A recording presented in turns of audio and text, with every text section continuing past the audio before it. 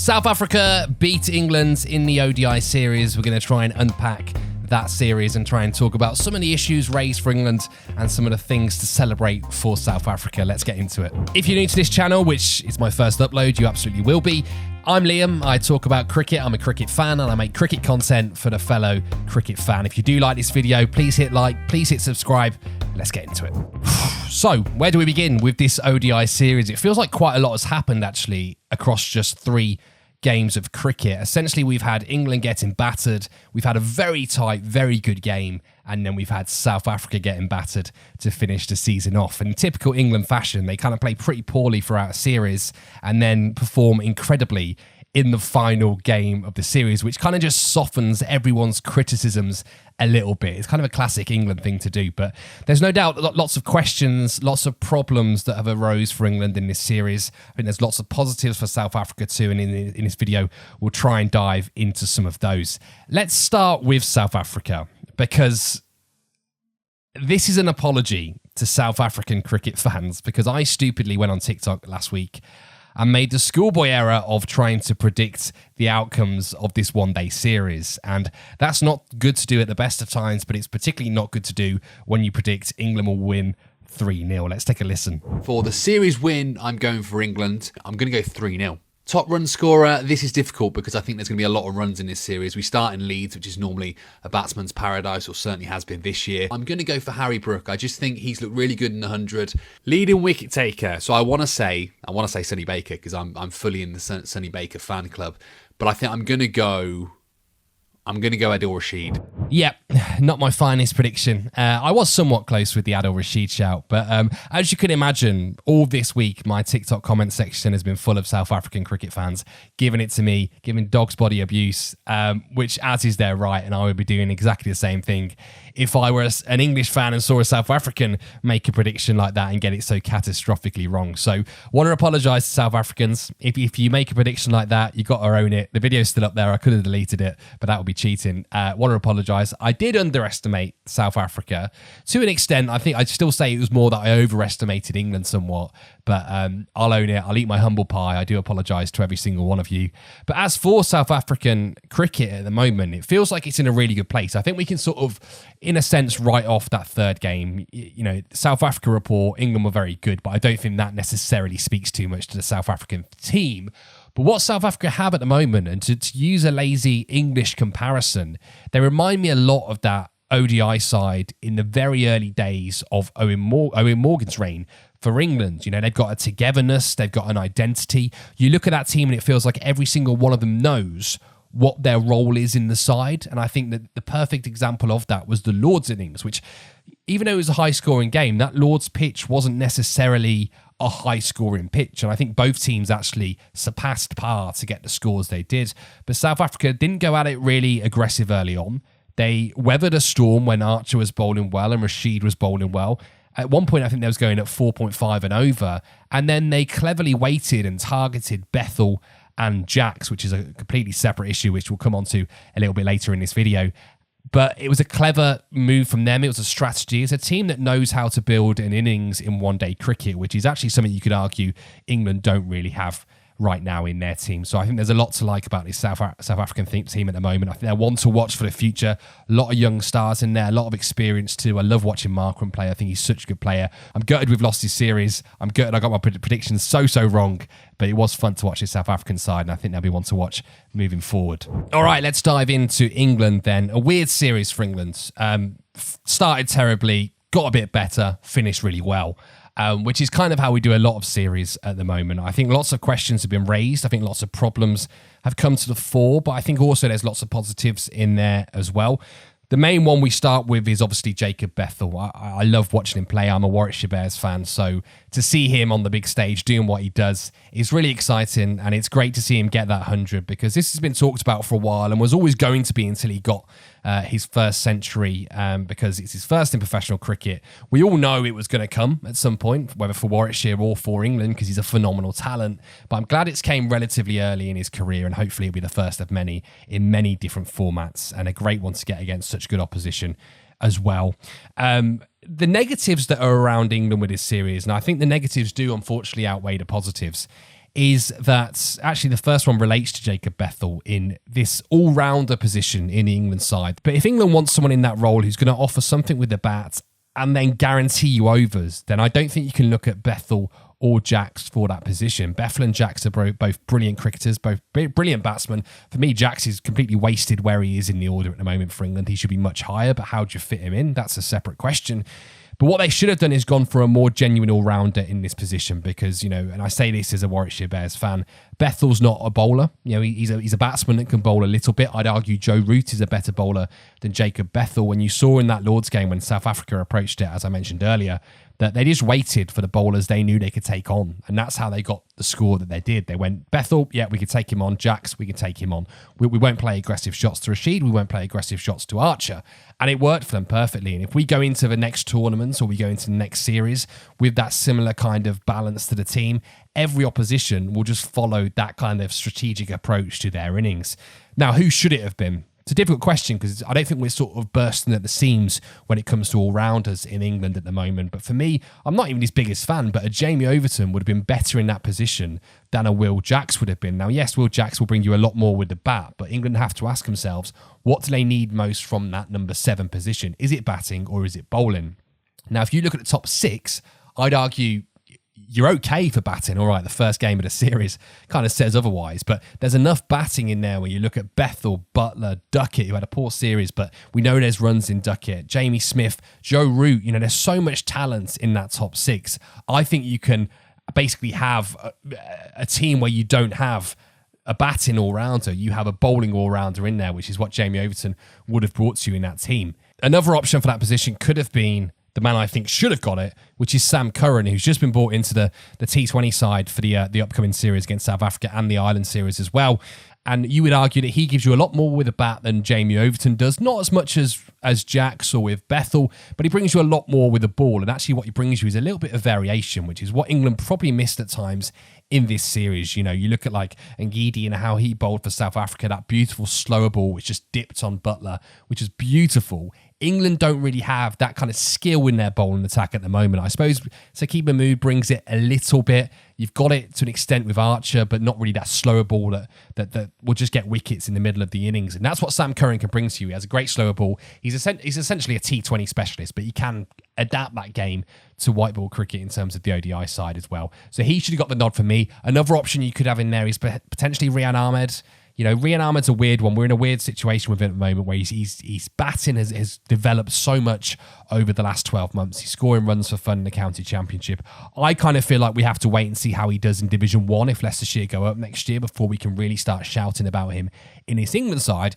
But you could say that bowling-wise, he's already a shout for that side. He's been in and around that side before. He's got a test match fifer. He's got wickets in the white ball for England. So he could have fitted into that role. Yes, he brings you a lot less than Jacks does with the bat, but you'd guarantee that Rian Ahmed would bowl a lot better than Will Jacks and Jacob Bethell would probably still get taken on. That's what leg spinners do.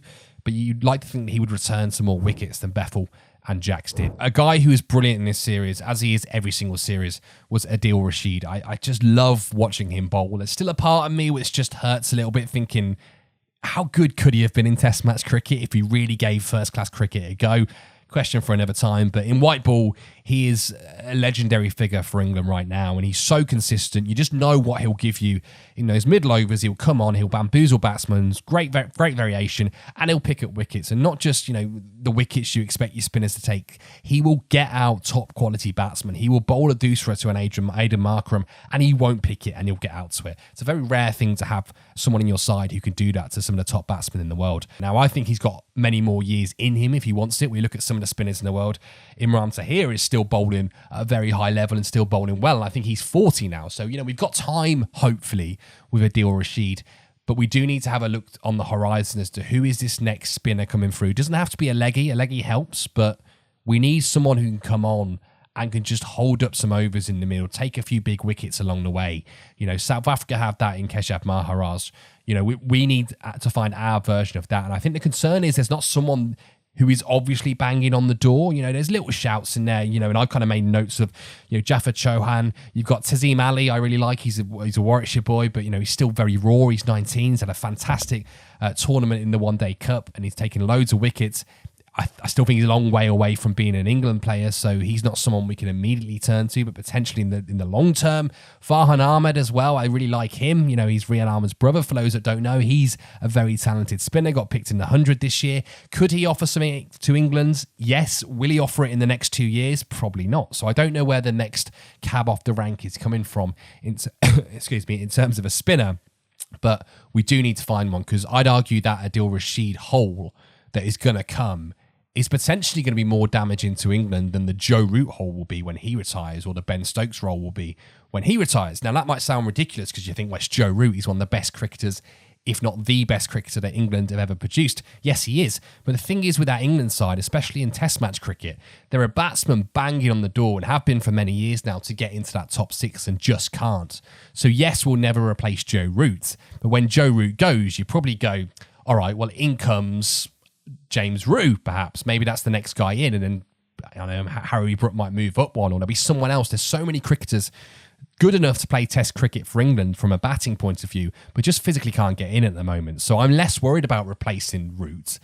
It'll never be Joe Root, but it'll be a batsman who will probably get some runs at Test level. You look at trying to replace Adil Rashid in this white ball team, and it's scary. The prospect of an England white ball side without him is quite hard to sort of fathom, really, because you think about how we miss Owen Morgan. We still miss Owen Morgan, not just about his captaincy, but just the leadership that he brought in general, his kind of finishing of an innings. We've not really replaced that yet, you know, and hopefully Bethell can maybe become that sort of finisher, even though he bats at 4, but the way he plays, you know, he can easily adapt and move around that order if need be. Next on the agenda is Harry Brook as captain. How do we feel about Harry Brook as captain at the moment? It's very early days, so I'm not going to sit here and go, no, he's no good, let's get rid of him, because he's so early in his career. Now, I like Harry Brook. I think he's a phenomenal talent. He's probably the most exciting talent England have had for many, many years. We'll talk about Bethell, and Bethell's younger, but for me, Harry Brook's the guy that I can genuinely see. You know, if we think about a Fab Four in 5 years' time, I can see Harry Brook comfortably sitting in that 4. But it's not to say that he's the complete article. And I think the thing that worries me so much about Brook is the brains side of his game. Has all the ability in the world, natural born talent, a likeable guy as well from my point of view. I do like Harry Brook, but I do worry sometimes his shot selections. He's always going to play one way. He's always going to get out to shots that we find frustrating. The India series recently is a prime example of that, actually, about how he can leave us feeling so frustrated after such a nearly a match-winning knock. My worry with him as captain, he kind of like, you know, if I was to use one word to summarize how he captains his team, it would be vibes. Do you know what I mean? It's very much kind of like, I think they interviewed him after the first game when we got absolutely battered, and his response was, you know, what went wrong there? And he said, oh, it's just a bad day at the office. There's a bad day at the office, and then there's getting embarrassed on the world stage, which is exactly what England were in that first ODI. Now, I'm all for captains not bashing their teammates in interviews. That's kind of, that's what you do. That's the unspoken rule in cricket. So I just hope that when they are in the dressing room, he's then sort of actually getting into them a little bit more, because if he's just got that same persona with them in the dressing room, when it's like, oh, well, boys, we're just unlucky today. No, you wasn't unlucky. You batted really poorly and you played really bad cricket. That's why you lost the game. And I just think if I imagine an Owen Morgan as captain, yeah, he would never come out and bash his team in an interview, but you can guarantee in that dressing room, he'd be saying, lads, we need to be better than that. I just hope Brook's doing that. I'm sure he is, because I think he has the potential to be an all-format captain for England one day, and a very good one at that as well. But I would say, I guess, in summary of Brook so far, not convinced as captain, but plenty of time to go. And we can't talk about this series without talking about that last game. I don't want to dwell on it from a South African point of view, because I really don't think... But they were bad. I was going to say they wasn't that bad. They were bad, but I do think that last game was more England being really, really good. You know, it's a great batting display. We've mentioned Bethell already. That was a great 100. Joe Root doing what Joe Root does, just ticking along in the background, like virtually no risks at all in that innings. And you look up and he's sort of 40 from 40 balls, and next thing you know, you look up again and he's got his 100. It's just what Joe Root does, and it's why he's one of the world's greatest. But for me, what won that game was the Jofra Archer spell. You know, it was a good pitch yesterday, and I think what won the game was Jofra just being Jofra. And it's so exciting as an England fan to see a fit Jofra Archer steaming in and just bowling these rockets with such skill. He is, for me, our only hope of getting something from the Ashes. I don't have enough faith in the rest of the bowling attack. I think if you can get Jofra for 3 of those games, I think England have a chance to win the Ashes. I think if you don't, it's going to be a struggle. But it was so good to watch that spell yesterday. South Africa had no answers. And let's not forget, this is a good South African side. Yes, they rotated a little bit, but that's a very good batting order. They just had no answer for Jofra Archer, and it was really good to see. So he's absolutely a positive to come out of this series. He's looking fit, he's looking healthy, and he's bowling better and better every game. And hopefully this can just lead up to the Ashes in a few months' time. One bowler that didn't have a good series, good game, was Sonny Baker. We have to talk about Sonny Baker's debut. And also, again, I feel like all I do is just criticise the ECB and how they handle players. I've criticised how they've handled Jacob Bethell, and I've kind of been proved wrong with that because he's just hit a daddy 100. But Sonny Baker was a weird one, right? He comes into the side with quite a lot of hope and hype. You know, a lot of England fans have been calling for him to be in the side for a while, but particularly after his spell in the 100. And then he comes in. He doesn't have a good day. England in general didn't have a good day, but didn't get his lines right. You know, he's bowling to Aiden Markram, who is a world-class batsman. And I think sort of South Africa looked at this young bowler coming into the attack and thought, we're going to go after him and we're going to get into his head. We're going to get on top of him. And they did it, and they did it well. In fairness to Baker, you know, he kept going. He puffed his chest out. He kept roaring in. But it was strange that England kept him on for like a 7-over spell or whatever it was, and he was going for about 10 and over. That was a bit strange. But then what was stranger is, you know, sort of Brook saying, "Oh, we're going to stick by him. You know, it's a rough day, but he's going to bounce back." Blah blah blah blah. And they drop him for the last 2 games, which I thought was a bit strange. But especially the last game when we've lost the series, you kind of think, you know, he could have been in that side in replace of maybe a Cast or someone like that. Who we know enough about Cast for now. We know he's going to be probably a mainstay in this England setup for quite a while. Where Baker, we still want to see more of him, and it just felt like it was a good opportunity to get him back in the side. And you know, surely England aren't writing Baker off after 1 game. I know England fans aren't. But yeah, just strange how they went about that whole debut, really. I hope he bounces back. I hope we see more of Sonny Baker, because I do think there is a talent in there. I do think he's someone that will provide options in this white ball side. But yeah, not as debuts go. We've got a first baller as well. Not the best day, but we'll back him to bounce back. And there we go. That is a bit of a wrap up and a summary of what was, I think, quite a fun series. When it started and I'd made those predictions on TikTok and saw how we got off to that series, I kind of thought, oh, here we go, we're in for a long one. But actually, as we look back at it now, it's quite a fun series. South Africa, definitely a team who are on the up. England, a team who are kind of just treading water a little bit at the moment, have all the talent in there, all the ability to actually get themselves on the up again, but just aren't properly doing it yet. Hopefully we can take that last game, use that as the blueprint moving forward, and try and pick up some more wins on the way. And all of this, even though it's a different format for me, is just momentum towards the Ashes. We have so many players that play across all formats now. Getting them cricket under the belts, getting them performing, getting them in form is what is hopefully going to win us the Ashes down under this year. Let me know what you think in the comments. Anything I've raised today, who should replace Adil Rashid? Who do you see that being? Who should have this all-rounder spot when Ben Stokes goes? Let me know in the comments. And if you did like this video, don't forget to hit subscribe and like. Thank you very much.